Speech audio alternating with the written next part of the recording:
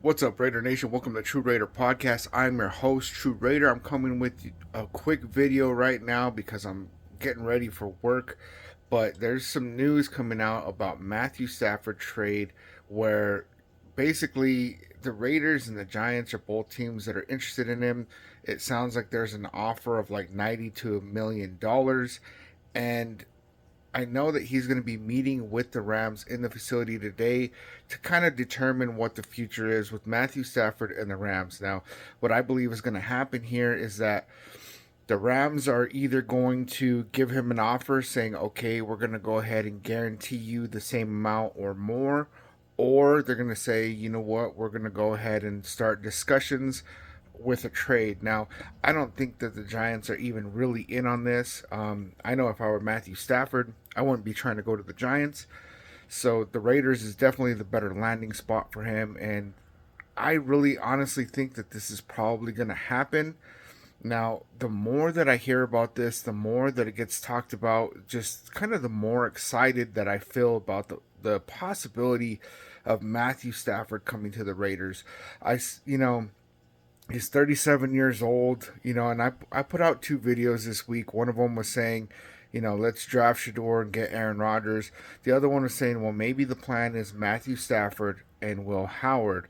But I wouldn't just kind of neglect the possibility that if Shador Sanders is there at 6, that we could still take Matthew Stafford.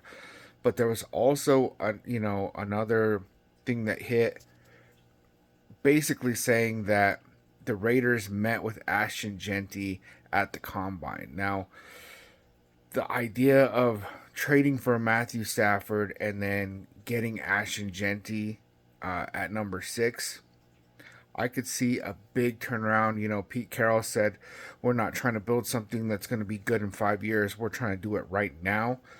And getting Matthew Stafford, pulling in a veteran quarterback, that's really the route to being a competitor right now.